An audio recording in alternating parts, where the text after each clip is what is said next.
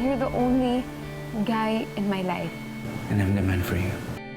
Handa ba siyang talikuran ng kanyang pamilya Hindi ko kayang magpakasal kay David.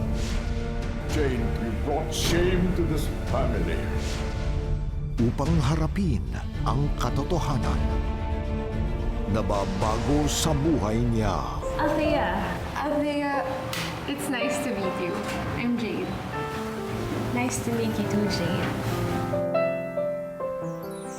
Mula sa GMA, ito ang natatanging kwento tungkol sa pagtuklas sa tunay na pagkatao Meron na siyang ibang mahal at hindi ikaw yun. at sa pagtanggap sa tunay na nadarama ng puso. This is television's most provocative drama.